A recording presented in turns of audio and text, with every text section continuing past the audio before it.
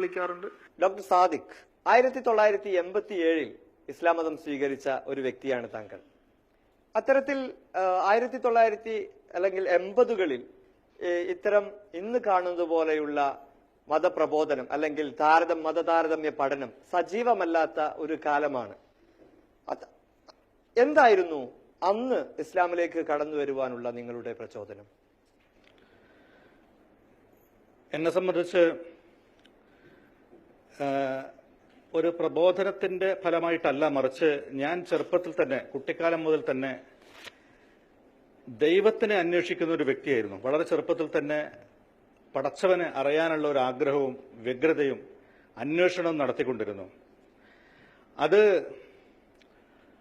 പ്രത്യേകിച്ച് ബഹുദൈവാരാധന നിലനിൽക്കുന്ന ഒരു സമുദായത്തിൽ നിന്ന് ഉള്ള ബാക്ക്ഗ്രൗണ്ടിൽ നിന്ന് ഇത് എന്റെ മനസ്സിന് അത് അംഗീകരിക്കാൻ കഴിഞ്ഞിരുന്നില്ല. ദൈവം ഒന്നാണ്, ഏകനാണ് എന്നുള്ളതാണ് എന്റെ മനസ്സ് പറയുന്നത്. എന്നാൽ ഒരുപാട് ഫിലോസഫികൾ ഈ ബഹുദൈവാരാധന അത് ഏകദൈവമാണെന്ന് സ്ഥാപിക്കാൻ അവരുടെ ഇടയിലുണ്ട്. പക്ഷെ അതെന്നെ തൃപ്തിപ്പെടുത്തിയിരുന്നില്ല. അതുകൊണ്ട് ഏകദൈവത്തിനോടാണ് ഞാൻ പ്രാർത്ഥിച്ചിരുന്നത്. അങ്ങനെയിരിക്കെ പലതരത്തിലുള്ള ഭഗവത്ഗീതയും ഉപനിഷത്തുകളും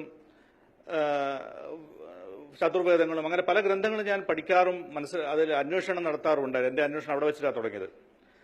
അങ്ങനെ ശ്രീമദ് ഭഗവത്ഗീതയിലുള്ള സാഖ്യയോഗത്തിലുള്ള ചില അർജുനന് ശ്രീകൃഷ്ണൻ കൊടുക്കുന്ന ചില ഉപദേശങ്ങൾ, അർജുനന്റെ ചില ചോദ്യങ്ങൾക്ക് സ്ഥിതപ്രജ്ഞസ്യ കാ ഭാഷ സമാധിസ്ഥസ്യ കേശവ എന്ന് തുടങ്ങുന്ന ഒരു ഉത്തമ സ്വഭാവം ഗുണങ്ങളുള്ള ഒരു മനുഷ്യന്റെ പ്രകൃതങ്ങൾ എന്താണെന്നുള്ള അർജുനന്റെ ചോദ്യത്തിന് ശ്രീകൃഷ്ണൻ കൊടുക്കുന്ന വിശദമായ ചില ഉത്തരങ്ങളുണ്ട്. അതിലൂടെ ആ സിഫത്തുകൾ, ആ ഗുണങ്ങൾ ജീവിതത്തിൽ ഉണ്ടാക്കാൻ വേണ്ടി അന്നു മുതൽ എന്റെ പരിശ്രമം തുടങ്ങി.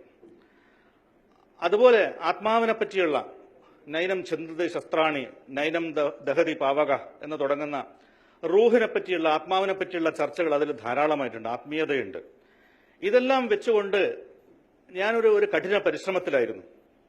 അതുപോലെ ഉപനിഷത്തുകളിലൂടെയും പുരാണങ്ങളിലൂടെയും വേദങ്ങളിലൂടെയും പോകുമ്പോൾ ഒരു മനുഷ്യന് ദൈവമായിട്ട് ഏറ്റവും അടുക്കാനുള്ള വഴി അത് ഒരു സർവസംഘ പരിത്യാഗമാണ്. ആ ഒരു പരിത്യാഗത്തിന്റെ മാർഗത്തിൽ കഠിനമായി തീവ്രമായി ഞാൻ പരിശ്രമിച്ചുകൊണ്ടിരുന്ന ഒരവസ്ഥയിലായിരുന്നു. അതായത് ഭൗതികമായ യാതൊരു ആസ്വാദനങ്ങളും പാടില്ല, നല്ല രുചിപ്രദമായ ഭക്ഷണം കഴിക്കരുത്, നല്ല ഭംഗിയുള്ള വസ്ത്രം ധരിക്കരുത്, മുടി ചെയ്യരുത്, ചെരുപ്പ് ധരിക്കരുത് എന്നുള്ള കഠിനമായ ഒരു സന്യാസത്തിന്റെ പോലെയുള്ള ഒരു വഴിയിലായിരുന്നു ഞാൻ പരിശ്രമിച്ചുകൊണ്ടിരുന്നത്.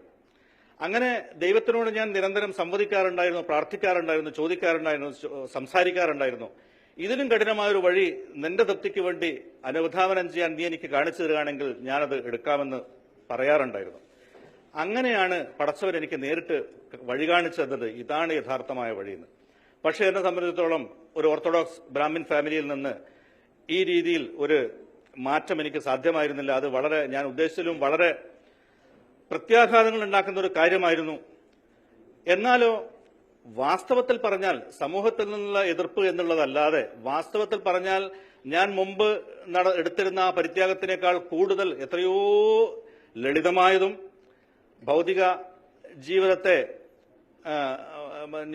ഞാൻ ഉദ്ദേശിച്ചിരുന്ന രീതിയിൽ ആ കഠിനമായ കാര്യങ്ങളെല്ലാം അതിൽ നിന്നെല്ലാം വളരെ ലിബറൽ ഒരു ജീവിതമാണ് എനിക്ക് ഇസ്ലാം കാഴ്ചവെച്ചത്. പക്ഷെ അതിൽ ഒരുപാട് പ്രത്യാഘാതങ്ങൾ വേണ്ടി വന്നു.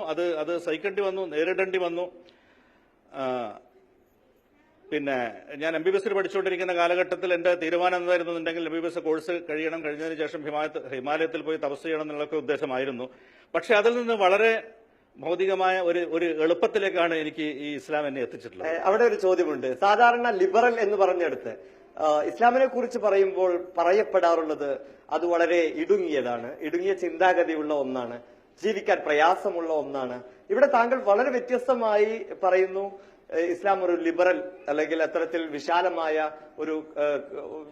ഒരു ലോകത്തേക്ക് വന്നതുപോലെയാണ് നിങ്ങൾക്ക് തോന്നിയത് എന്ന്. അത് വാസ്തവത്തിൽ മറ്റ് മതത്തിന്റെ ആളുകൾ, പ്രത്യേകിച്ച് ഹിന്ദുമതത്തിന്റെ ആളുകൾ ആ മതത്തെ സ്വന്തം ജീവിതത്തേക്ക് പകർത്താൻ ശ്രമിക്കാത്തത് കൊണ്ടാണ് അവർക്ക് അതിലുള്ള കാഠിന്യം മനസ്സിലാവാത്തത്.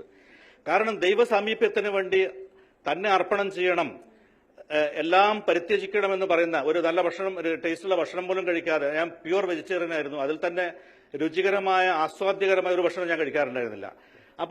എന്നാൽ ഇതിൽ ഏത് ഭക്ഷണവും അള്ളാഹു അനുവദനീയമാക്കിയിരിക്കുന്ന ഭക്ഷണങ്ങൾ പന്നിമാംസം ഒഴികെ ബാക്കി എല്ലാം മനുഷ്യന് ഉപയോഗിക്കാവുന്നതാണ്. അതുപോലെ വൈവാഹിക ജീവിതം അത് മനുഷ്യന് അനുവദിച്ച് തന്നിട്ടുള്ളതാണ്. അതുപോലെ നല്ല വസ്ത്രം ധരിക്കാം, നല്ല ഡീസന്റായിട്ട് നടക്കാം, ഇതെല്ലാം മനുഷ്യന് അനുവദിച്ചതാണ്. നേരെ മറിച്ച് പരിത്യാഗത്തിന്റെ മാർഗത്തിൽ ഇതൊന്നും പറ്റില്ല. പക്ഷേ ഇന്നത്തെ ഹിന്ദു സമുദായം ആ രീതിയിൽ ദൈവത്തിലേക്ക് അടുക്കാനുള്ള വഴി അന്വേഷിക്കാത്തത് കൊണ്ടും ആ രീതിയിൽ അവരുടെ മതത്തിനെ സ്വന്തം പഠിക്കാത്തത് കൊണ്ടും സ്വന്തം ജീവിതത്തെ അനുധാവനം ചെയ്യാത്തത് കൊണ്ടും അവർക്ക് അത് ലിബറലായിട്ട് തോന്നുകയാണ്. പക്ഷേ പടച്ചവൻ അനുവദിച്ചു എന്ന ലിബറലിസം വാസ്തവത്തിൽ ഇസ്ലാമിലാണ് ഞാൻ കണ്ടെത്തിയിട്ടുള്ളത്. ഈ ഒരു സത്യം ഉൾക്കൊണ്ട് ഇതിലേക്ക് ഇസ്ലാമിലേക്ക് കടന്നു വരുന്ന സമയത്ത് പ്രയാസങ്ങൾ നേരിട്ടിട്ടുണ്ടോ? കുടുംബത്തിൽ നിന്ന് ഒരുപാട് പ്രയാസങ്ങൾ വന്നിരുന്നു. ഞാൻ ഇസ്ലാമിനെ പറ്റി മനസ്സിലാക്കിയ കാര്യങ്ങൾ, ഞാൻ എന്റെ പഠനം ഇസ്ലാം എന്നല്ല അതിനു മുമ്പ് തന്നെയുള്ള എന്റെ വേദപഠനവും മറ്റും കാര്യങ്ങൾ ഞാൻ എന്റെ വീട്ടിൽ ചർച്ച ചെയ്യാറുണ്ടായിരുന്നു. എന്റെ ഉമ്മയുമായും അനുജത്തിമാരുമായിട്ടും വീട്ടിൽ മറ്റ് ബന്ധുക്കളുമായിട്ടുമൊക്കെ ഞാൻ അതാത് അവസരങ്ങളിൽ ചർച്ച ചെയ്തുകൊണ്ടിരുന്നിരുന്നു. അങ്ങനെ ഈ ഇസ്ലാമിനെ പറ്റി ഞാൻ അവിടെ ചർച്ച ചെയ്തിട്ടുണ്ട്. എന്റെ പിന്നാലെ അവരും ഈ വിശ്വാസം സ്വീകരിക്കുകയുണ്ടായി. എന്റെ ഉമ്മായും 2 അനിയത്തിമാരും പിന്നെ ബന്ധുക്കളിൽ നിന്ന് പല ആളുകളും സ്വീകരിക്കുകയുണ്ടായി. പിതാവ് അതിൽ നിന്ന് ഒഴിവായിരുന്നു. അദ്ദേഹത്തിന് പൊതുവായിട്ടൊരു ദൈവവിശ്വാസം തന്നെ ഇല്ലായിരുന്നു. എന്നാലും അദ്ദേഹത്തിന് ഞാൻ കാര്യങ്ങൾ പറഞ്ഞു കൊടുത്തിട്ടുണ്ട്. പക്ഷേ വാസ്തവത്തിൽ വീട്ടിലുള്ളവർക്ക് ആർക്കും വലിയ പ്രശ്നങ്ങളൊന്നും ഉണ്ടായിരുന്നില്ല. ഞാൻ 3-4 വർഷങ്ങൾ ഈ രീതിയിൽ വിശ്വാസത്തിൽ തന്നെ കഴിഞ്ഞു പോവുകയും ചെയ്തു. അതിനുശേഷമാണ് പൊതുസമുദായം, നാട്ടുകാരും പൊതുസമുദായവും അറിയുന്നത്. അവരറിഞ്ഞതോടുകൂടി അവർ വലിയ സ്വന്തം വീട്ടുകാർക്ക് പോലും ഇല്ലാത്ത വലിയ വലിയ പ്രശ്നങ്ങൾ അവരുണ്ടാക്കാൻ തുടങ്ങി, വീട്ടുകാരെ നിർബന്ധിക്കാൻ തുടങ്ങി, എന്റെ പേരിൽ അവർ ഇല്ലാത്ത കേസുകൾ കൊടുക്കാൻ തുടങ്ങി. അങ്ങനെ മജിസ്ട്രേറ്റ് കോടതിയെ ഇടപെടിച്ചത് വഴി എന്നെ പിടിച്ച് തടവിലാക്കി 5 മാസവും 13 ദിവസവും ജുഡീഷ്യൽ മജിസ്ട്രേറ്റിന്റെ ഉത്തരവ് പ്രകാരം മെഡിക്കൽ കോളേജിലുള്ള ഒരു വാർഡിൽ എന്നെ ഡിറ്റെയിൻ ചെയ്തു. അങ്ങനെ അവസാനം അതിനുശേഷം ഹൈക്കോടതിയിൽ ഹേബിയസ് കോർപ്പസ് ഫയൽ ചെയ്തിട്ടാണ് എന്നെ അതിൽ നിന്ന് റിലീസ് ചെയ്തിട്ടുള്ളത്. അപ്പൊ അതിന്റെ ഇടയിൽ എന്നെ വധിക്കാൻ വേണ്ടി അവർ ശ്രമം നടത്തിയിരുന്നു. അതുപോലെ സൈക്യാട്രി വാർഡിൽ അഡ്മിറ്റ് ചെയ്ത് ഇലക്ട്രോ കൺവൾസീവ് തെറാപ്പി, അതായത് 2 ഇലക്ട്രോഡുകൾ തലയുടെ സൈഡിൽ വെച്ചിട്ട് ഇലക്ട്രിക് കറണ്ട് തലച്ചോറിലൂടെ പാസ് ചെയ്ത് കഴിഞ്ഞാൽ അത് മനുഷ്യനെ, ഒരു ബുദ്ധിമാനായ മനുഷ്യനെ ബുദ്ധിയില്ലാത്തവനാക്കാൻ കഴിയും, ഭ്രാന്തില്ലാത്തവനെ ഭ്രാന്തുണ്ടാക്കാൻ കഴിയും, മന്ദബുദ്ധിയാക്കാൻ കഴിയും. അങ്ങനെ പലതും അവർക്ക് ഉദ്ദേശങ്ങളുണ്ടായിരുന്നു. അള്ളാഹുവിന്റെ കാവൽ കൊണ്ട് മാത്രം അത്തരം ചതികളിൽ നിന്നെല്ലാം രക്ഷപ്പെട്ടു. അവൻ എന്നെ സ്വതന്ത്രനാക്കി.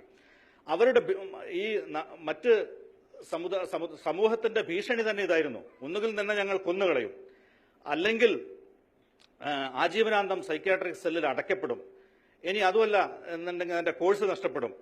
അപ്പൊ ഞാനതിൽ ഒരു ഉറച്ച തീരുമാനമെടുത്തു. ഞാൻ ദൈവത്തിലേക്കുള്ള ഒരു പ്രയാണത്തിലാണ്. അവന്റെ തീരുമാനം കൂടാതെ എനിക്ക് എന്റെ ഒരു രോമം ഇളക്കാൻ പോലും ഇവർക്ക് സാധ്യമല്ല. ഇവരുടെ കയ്യിൽ കൂടി എന്റെ മരണം വെച്ചിട്ടുണ്ടെങ്കിൽ അതിൽ നിന്ന് രക്ഷപ്പെടാനും പടച്ചവനല്ലാത്ത മറ്റൊരു സൃഷ്ടിയിലേക്ക് തിരിഞ്ഞതുകൊണ്ട് എനിക്ക് സാധ്യമല്ല, കിട്ടാനില്ല.